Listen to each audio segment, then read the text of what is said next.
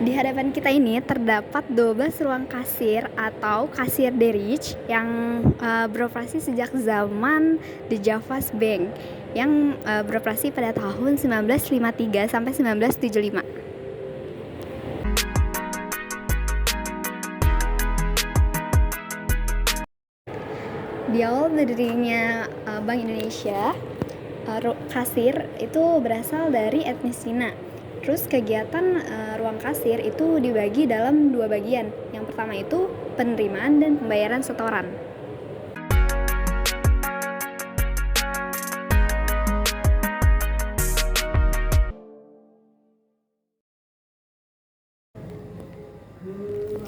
Tahukah kalian bahwa bumbu dapur senilai dengan harga emas?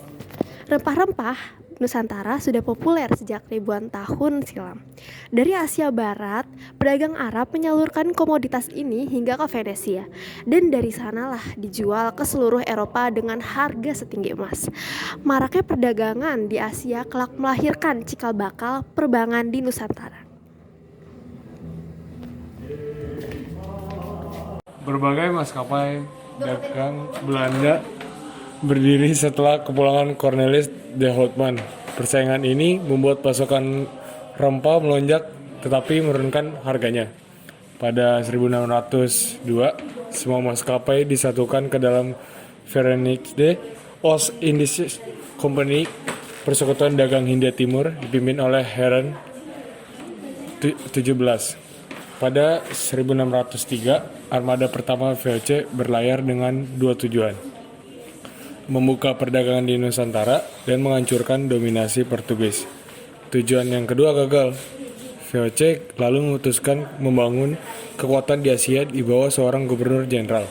Pada 1610, VOC membangun basis di timur Banten, yang kemudian dinamai Batavia.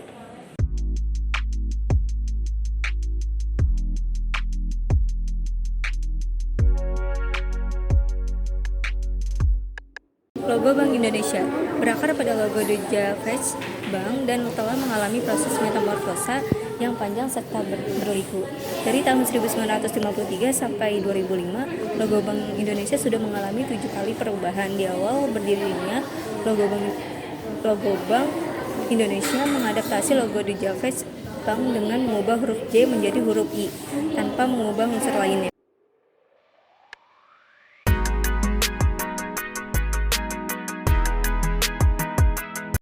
Bank Koran and Bank Van Lening. Pokoknya bikin bank dulu. Gubernur Jenderal Van Imhoff memutuskan pendirian Batavia's Bank Van Lening berdasarkan resolusi 27 Agustus 1746. Bank ini sulit berkembang karena pengurusnya tak paham perdagangan dan kegiatan disaingi oleh pejabat VOC. Gubernur Jenderal berikutnya, Mosel, mendirikan Bank Koran pada 1 September 1752 dan menggabungkannya dengan Bank Van Lening sehingga menjadi Bank Koran and Bank Van Lening. Cikal bakal perbankan nasional ini menerbitkan sertifikat deposito yang diminati orang.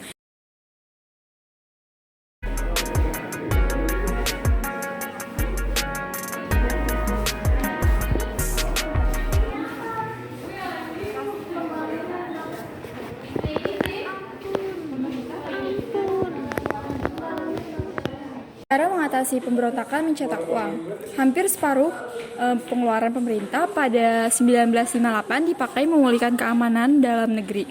Padahal penerimaan sangat terbatas, terutama pada 5 komoditas ekspor, antara lain karet. Pemerintah tak punya pilihan selain mengambil uang muka dari Bank Indonesia yang menyiasatinya dengan mencetak uang. Jumlah uang beredar pun bertambah, sementara pasokan barang langka.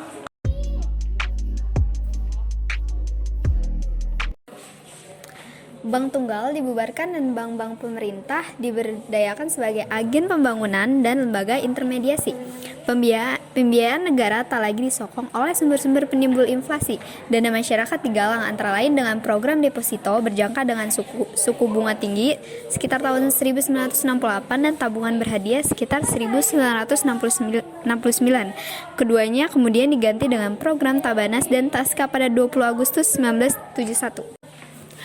Agar sumber dana tak lagi dari bank saja, Pengerahan dana masyarakat tak cukup melalui perbankan.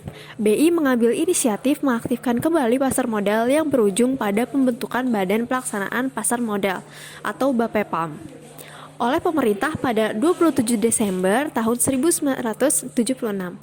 Agar semua lapisan masyarakat bisa berpartisipasi, pemerintah membentuk PT Dana Reksa yang bertugas membeli saham-saham perusahaan, memecahnya, kemudian menjual pecahan-pecahan tersebut kepada masyarakat dalam bentuk sertifikat saham.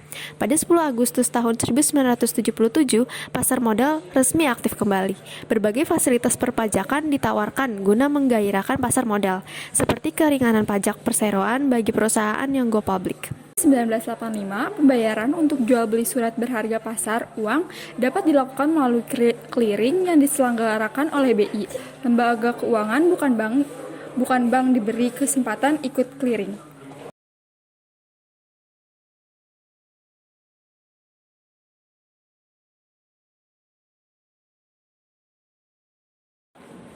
Benih bank tanpa bunga. Upaya menghadirkan praktik bank tanpa bunga sudah bersemi benihnya sejak awal abad ke-20. Kerinduan beraktivitas ekonomi secara syariah bisa terlihat dengan hadirnya Syarikat Dagang Islam yang didirikan Haji Saman Hudi pada 16 Oktober 1905 di Surakarta.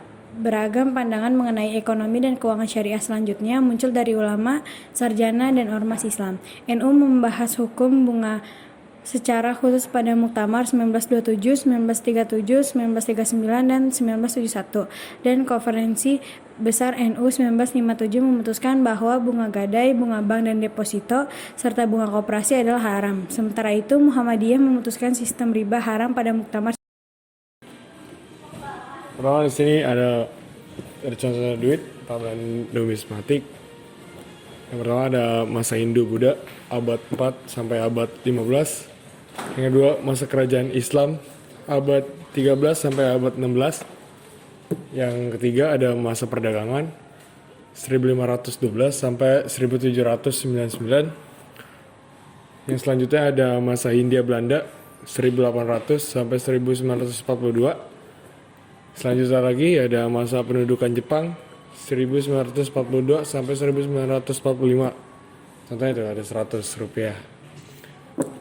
Selanjutnya ada masa pemerintahan RI atau Republik Indonesia 1945 sampai 1964. Dan yang terakhir ada masa Bank Indonesia 1953 sampai sekarang.